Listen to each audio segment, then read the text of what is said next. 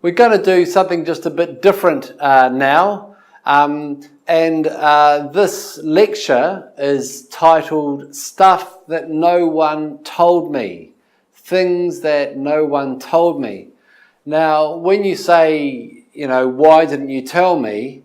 Usually you're saying it because you needed to know something in the past, you weren't told, something bad happened, so why didn't you tell me that when I needed to know? So there are a few things that I guess I would have liked to be told, and I wasn't, but things that I've learnt along the way about doing research. And so these are just a range of ideas, and if some of these ideas are helpful to you, then that's great. Maybe they won't be. But the first thing that I wish someone had told me was this. Keep a fieldwork diary. Keep a fieldwork diary. And like so often is the case, actually keep it in more than one form. And so, for example, maybe you only are going to be putting information in your mobile phone. Maybe you'll lose your mobile phone. Maybe you'll have a problem with your cloud storage. So, by all means, place where you have been and where you are going on your mobile phone. The 12th of September, I was at Thammasat University, and you can put down the times that you were around and you can put notes in. Do it on your mobile. If you do that, then make sure that it's linked to the cloud and going to your laptop. So that's a great place to start.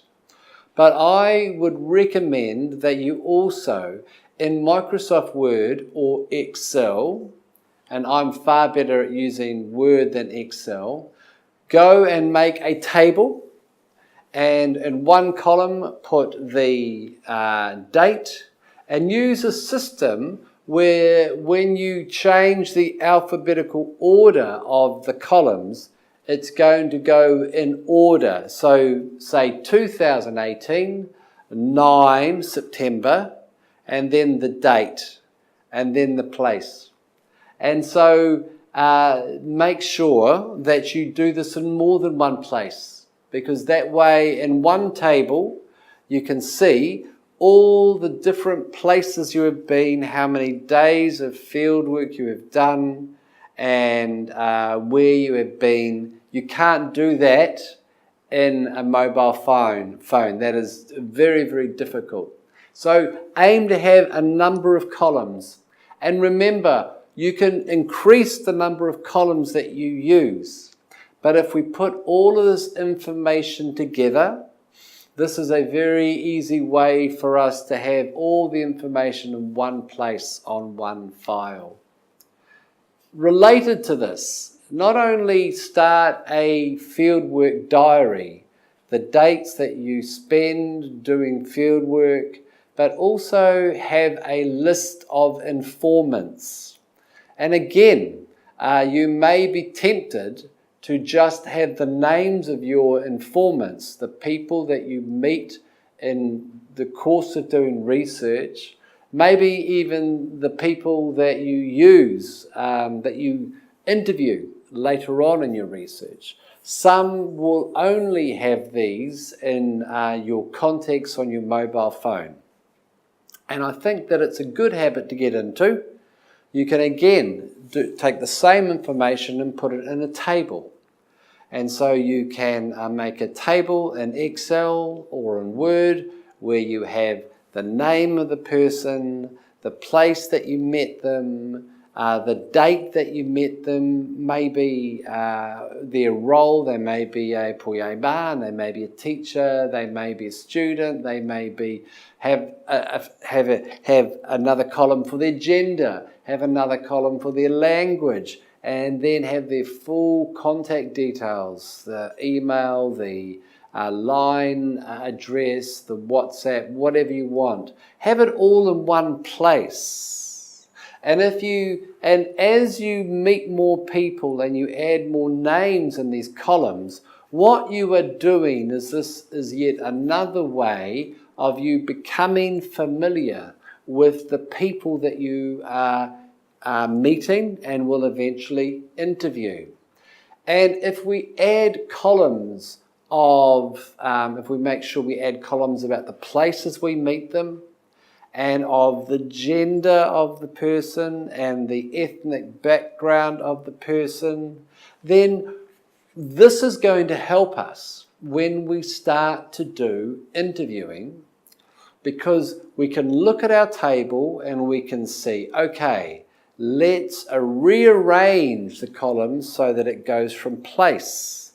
And so I can see in this place, I've only got women. I don't have men. And so if I'm wanting to interview both men and women in that place, I need to have more men informants.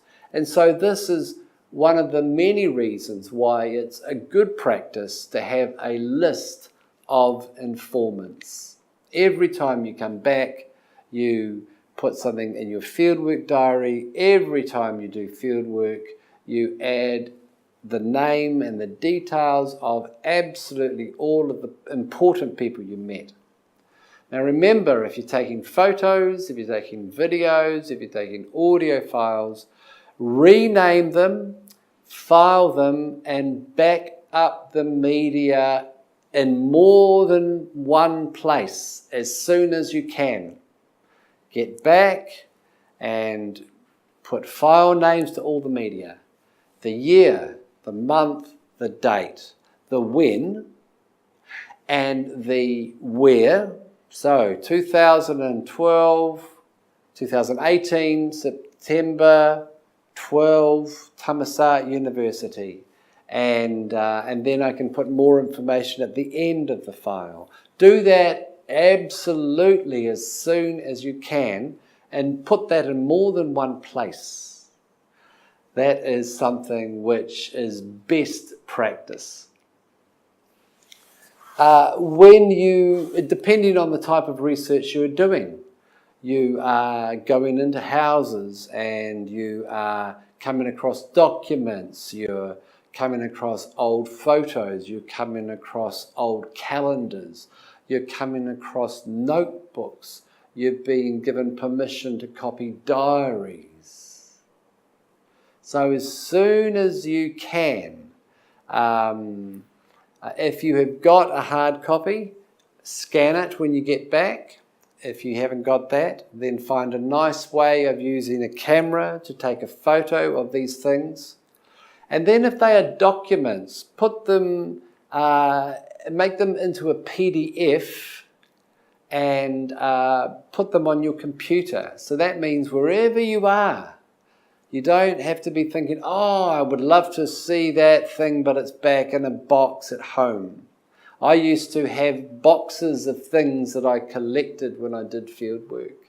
And it was so frustrating. I would want to show someone this thing that I'd got in a certain place, and I couldn't because it was in a box. So then what I started to do is I started to take photos of everything, and every book I got, I would scan. I would scan absolutely every book, and I would make it into a PDF, and it would be available so that I could show people, and I could say, hey, I got this from somewhere else. Could you explain this to me? So when we have got books, scan them. When you have your notebook of field notes, scan them. Turn them into a PDF and put them on your computer, and so you can use them the whole time. Put them on the cloud as well. That way, even if you don't have a computer, you can get your mobile phone, you can find the file, download it, no problem. Another thing that someone really should have told me is to make some record of field work every day. Some record. Now, absolutely the best thing to do is to make yourself sit down and write out fully write everything that you recall from the day. That is absolutely the best thing to do. But sometimes we're very tired, long days, no privacy. We may be going for 1, 2, 3, 4 days from 5 in the morning till 11 at night. If that is the case, then at least throughout the day, go outside and pick up your voice recorder and start to talk about the things that have happened in the morning. Put as much detail as you can about these things. Even if you have taken photos of these, continue to reinforce the things that you have taken photos of. Even if you've taken video, say that, talk about the detail, the things that struck you, your initial impressions. You might want to do that on an audio recorder, or go around the back, sit down, put the lid of your laptop up, and then do a screencast, go into a program where you can record your face, and then just talk. Record a video log, and I've got half an hour before I have to go back inside to do another thing, and this is what has happened this morning. I started the day in this way, this person came, this is what he said, he led me to come here, on the way here in the car we talked about this, and he said this very interesting thing, and then we can summarize very briefly the things that he told us in the car, and then we just tell very briefly something that happened until our time is up, and then we can close the lid of our computer, go back inside. If we do this throughout the day, it's going to be a lot easier for us to be writing a formal set of field notes. So make some sort of record of field work every day. The sooner you do it, the easier it will be. The longer you take to do it, the harder it will be. And there will become a point where you think, oh, this is too hard. I mucked up here. I can't remember what happened. Okay, and related to that, write a transcript of interviews as soon as possible. Again, the sooner you write it, the easier it will be. Even if you were to sit down and listen and then record the times when the most important things were said and key terms. Remember, if you've done an audio of this, going back to number 3, if I've done an audio of an interview, I've immediately gone back and I've filed it. Okay, so it's an audio file. I can go through and listen.